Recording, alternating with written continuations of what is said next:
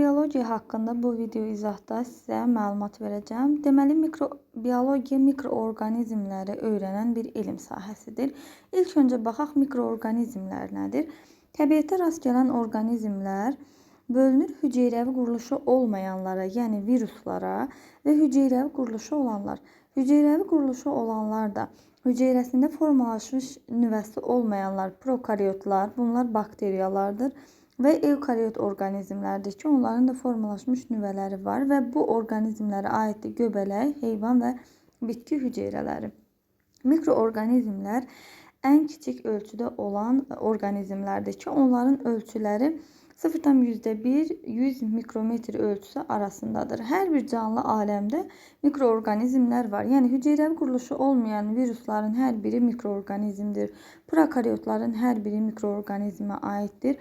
Evkaryot orqanizmlərdə isə göbələklərdən bir hüceyrəli maya göbələyini və mukor göbələyinin adını çəkə bilərik. Bitkilərdən bir hüceyrəli olan xlorella, xlamdamnada, plevrokokkun adını çəkə bilərik. Heyvanlardan bir hüceyrəli olanları amöbdür, infizordur, yaşıl evglenadır. Bu kimi orqanizmlərin adını çəkə bilərik ki, onlar da bir hüceyrəli, yəni mikroorqanizm hesab edilirlər. Mikroorqanizmlərin karbon və azot mənimsəməsinə görə bir neçə fərqlər var. Belə ki, mikroorqanizmlərin karbon mənimsəməsinə görə avtotrof və heterotrof yolla qidalanırlar. Avtotrof yolla qidalanma günəş enerjisindən istifadə edərək fotosintez edənlər və kimyəvi rabitələrin enerjisindən istifadə edən xemosintez edicilərə aiddir. Heterotroflar isə hazır üzvü qidadan istifadə edirlər. Belə ki, avtotroflar üzüm maddəni sintez etmək üçün qeyri-üzüm birləşmələrdən sudan və karbon qazından istifadə edirlər. Heterotroflar isə karbon mənbəyi kimi üzvi maddələrin tərkibindəki karbondan istifadə edirlər. Digər mikroorqanizmlər azot mənimsəməsinə görə aminoavtotroflar və aminoheterotroflara ayırd edilir. Aminoavtotroflar zülal sintezi üçün azot mənbəyi kimi deməli, havanın azotundan və amonium duzlarından istifadə edirlər. Aminoheterotroflar isə azot mənbəyi kimi amin turşularından və zülallardan istifadə edirlər. Gəlin baxaq görək həmin mikroorqanizmləri öyrənən mikrobiologiyanın hansı şöbələri var. Qeyd edim ki, əvvəlcə mikrobiologiyanı ümumi və xüsusi mikrobiologiya ayırd edəcəyik. Ümumi mikrobiologiya, yəni mikroorqanizmlərin formalarını, quruluşlarını, qidalanma, tənəffüs, yəni bütün həyatı proseslərini və onların yaşadığı ətraf mühitlə əlaqəsini, yəni ekologiyasını öyrənir. Xüsusi mikrobiologiya isə ayrı-ayrı şöbələrə ayrılır və hər bir mikroorqanizmin özünün xüsusiyyətlərini və müxtəlifliyini öyrənir. Belə ki, xüsusi mikrobiologiya tibbi, baytarlıq, aqromikrobiologiyanı sənaye mikrobiologiyasına ayırd etmək olar. Tibbi mikrobiologiya insanda xəstəlik törədən mikroorqanizmlərin xüsusiyyətlərini və xəstəliklər zamanı baş verən dəyişiklikləri öyrənir. Tibbi mikrobiologiyanın bir sahəsi sanitar mikrobiologiyadır ki, o da yoluxucu xəstəliklərin törədicilərinin aşkar edilməsini və həmin xəstəliklərin qarşısının alınmasına xidmət edir. Baytarlıq mikrobiologiyası ilə adından da bəlli olduğu kimi heyvanlarda xəstəlik törədən mikroorqanizmlərin öyrənilməsini və onların məhvi üçün üsulları öyrənir.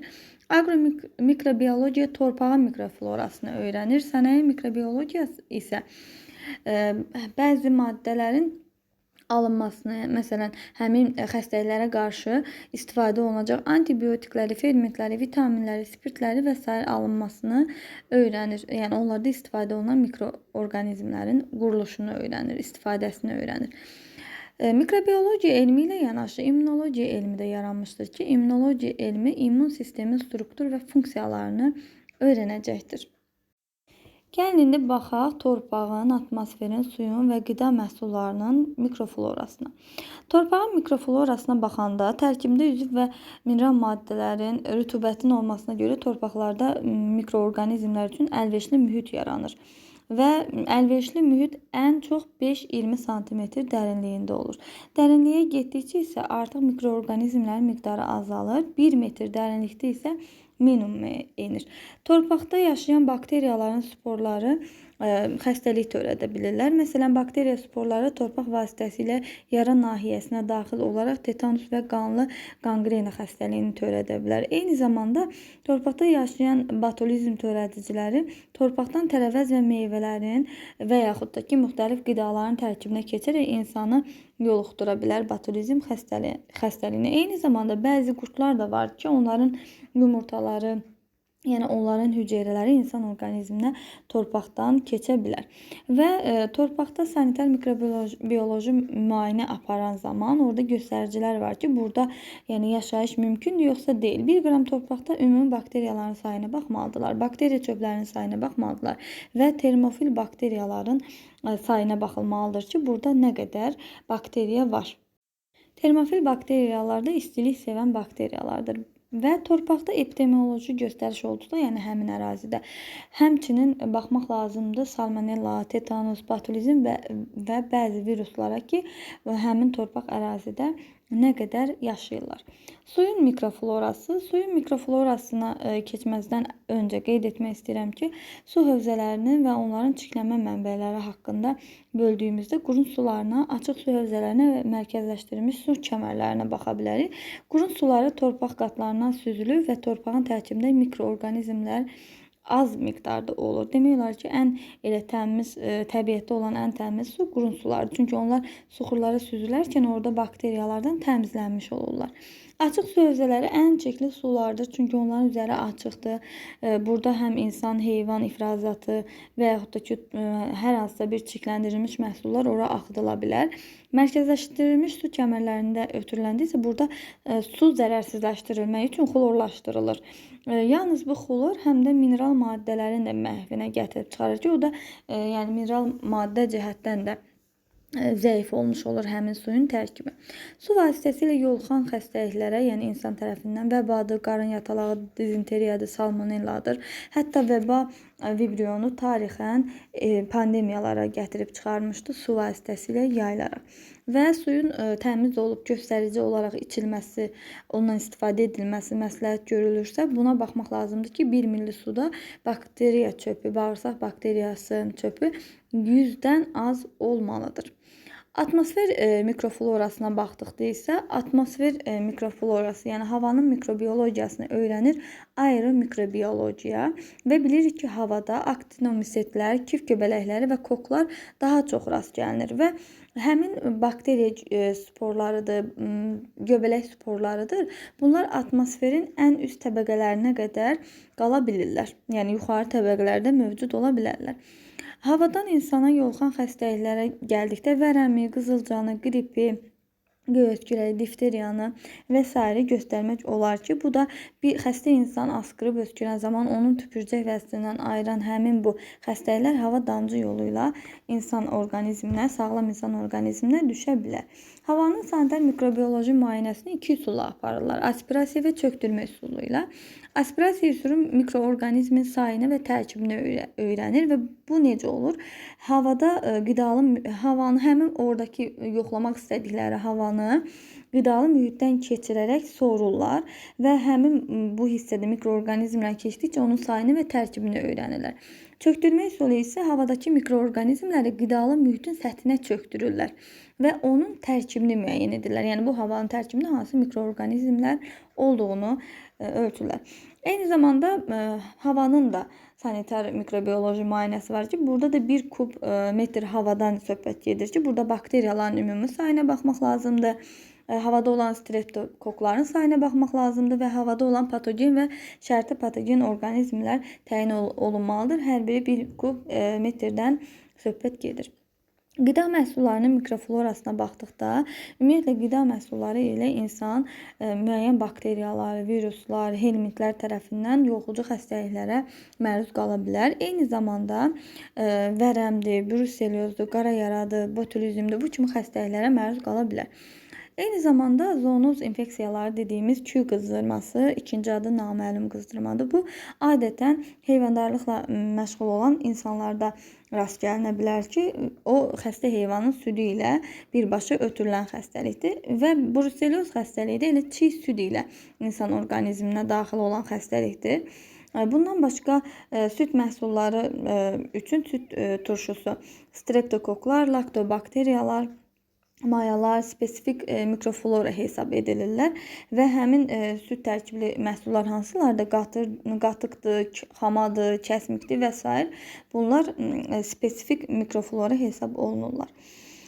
Deməli, bundan başqa danışmaq istəyirəm botulizm zəhərlənməsi ilə bağlı. Belə ki, çox işlənmiş ət məhsulları, məsələn, Kalpasa məlumatlarında ağır qida zəhərlənməsi olan botulizm törədiciləri olur. Bu da düzgün konservləşdirilməməkdən irəli gələ bilər ki, bu insan orqanizmi üçün ciddi dərəcədə zəhərlənmə xəstəliyidir və hətta insanın ölümü ilə zəhərlənə bilər. Bundan başqa duzlanmış və ya hisə verilmiş balıqdır, balıq konservlarıdır və yaxud da ki, hansısa bir balıq məhsullarının tərkibində torpaqdan balığın bağırsağına keçmiş Clostridium salmonella cinsli bakteriya olur ki, bu da insan orqanizmində qida zəhərlənmələrinə gətirib çıxara bilər. Ona görə konservləşdirilmiş, hisə verilmiş çiy formada qidalardan maksimum dərəcədə çəkinmək lazımdır. Və qeyd edim ki, südün və ətin tərkibindəki mikrobioloji müayinə zamanı südün 1 millisində mikroorqanizmlərin deməli göstəricilərinə baxmaq lazımdır. Ət və ət məhsullarında isə 1 qramda olan bakteriya sayı, bağırsaq çöpləri və salmonellaların sayına baxmaq lazımdır. Salmonella isə spor əmələ gətirməyən çubuq şəkilli bakteriyadır. Bundan başqa qeyd eləyək ki, konservlərində göstəricilərinə baxmaq lazımdır. Burada da elə qeyd olunduğu kimi mezofil bakteriyalarına istər aerob, istər anaerob olmalarına baxmayaraq onların sayı təyin edilməlidir. Qeyd edək ki, infeksiyon proseslərinin gedişində mikroorqanizmlərin rolu haqqında danışsaq, biz xarici mühitdən orqanizmlərdə fəaliyyətinə görə mikroorqanizmləri 3 qrupa ayırırıq. Saprofitlər, mütləq patogenlər və şərti patogenlər. Saprofit bilirik ki, canlıların üzvü qalıqları ilə qidalanırlar və ətraf mühitdə heç bir insana xəstəlik törətmirlər. Mütləq patogenlər isə həssas orqanizmlərə daxil olub xəstəlik törədirlər. Şərti patogenlər isə yaşadıkları mühitdə əgər ki qidaları varsa heç bir xəstəlik yoxdur. Yəni simbiyoz formada yaşayırlar və xəstəlik törətmirlər. Yox, bu münasibətlər pozularsa mütləq şəkildə onlar da xəstəlik törədəcəkdirlər. Və həmin bu mikroorqanizmlərin sahib orqanizm hüceyrəsinə yapışması lazımdır. Ən əsas ilkin mühüm mərhələ elə yapışmadır ki, yapışmaq üçün səth strukturundan söhbət gedir. Xarici biz burada mikroorqanizmin demək hüceyrəsinə baxsaq nə olur? Hər bir mikroorqanizmin səthinin strukturu olur ki, həmin o səth strukturu reseptor sahə adlanır. Həmin reseptor sahə digər hüceyrəyə yapışmalıdır. Və biz bir neçə hüceyrənin səth strukturuna baxaq. Məsələn, qram və mənfi bakteriyalarda zülal və lipopolisaxaridlər var ki, o hüceyrəyə yapışa bilir. Qram müsbətdə zülallar və gliserin texoat turşusu, viruslarda kapsis zülallar və glikoprotein çıxıntıları, kapsulalı bakteriyalarda polisaxaridlər və polipeptidlər vardır. Qeyd etmək istəyirəm ki, vəbanın törədicisi olan bakteriya nazik bağırsağın epitelisinin səthində, dizenderiya törədicisi isə yoğun bağırsaq epitelisinin daxilində çoxalan orqanizmdir. Bundan əlavə qeyd etmək istəyirəm ki, infeksiyon xəstəliklərdən biz söhbət edərkən uşaq xəstəliklərindən danışa bilərik. Qızılcadır, su çiçəyidir, skarlatinadır, epidemik parotitdir. Bunlar isə uşaq xəstəliklərinə aiddirlər. Qeyd edim ki, uşaqlarda ilk 6 aya qədər infeksiyon xəstəliklərə qarşı daha dözümlü olurlar. Çünki onlar ana südü ilə qidalanırlar və ana südün tərkibində immuniteti artıran xüsusi maddələr vardır. Eyni zamanda plasentadan birbaşa uşaq orqanizminə anticismlər ötürülür və buna görə uşaq orqanizmlərin immuniteti daha da güclü olur.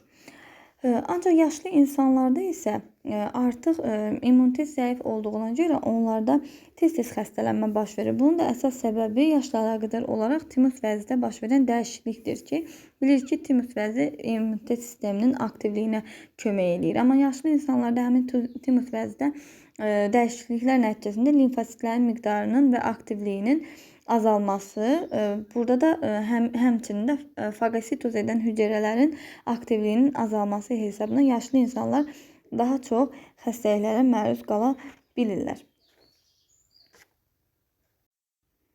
Sosial xəstəliklər haqqında da danışmaq istəyirəm ki, bunlara biz sadalaya bilərik. Vərəm, siflis, cüzam və bağırsaq infeksiyalarından tez-tez rast gəlməkdir.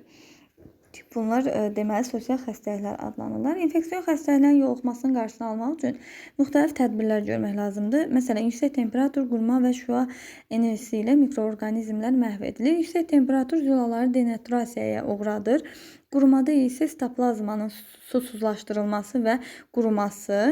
Şüa enerjisində isə artıq bu cərrahi otaqlarda adətən olur ki, günəş şüalarının tərkibindəki ultrabənövşəyi şüalar məhv edici təsir göstərir və beləliklə mikroorqanizmlər məhv edilir.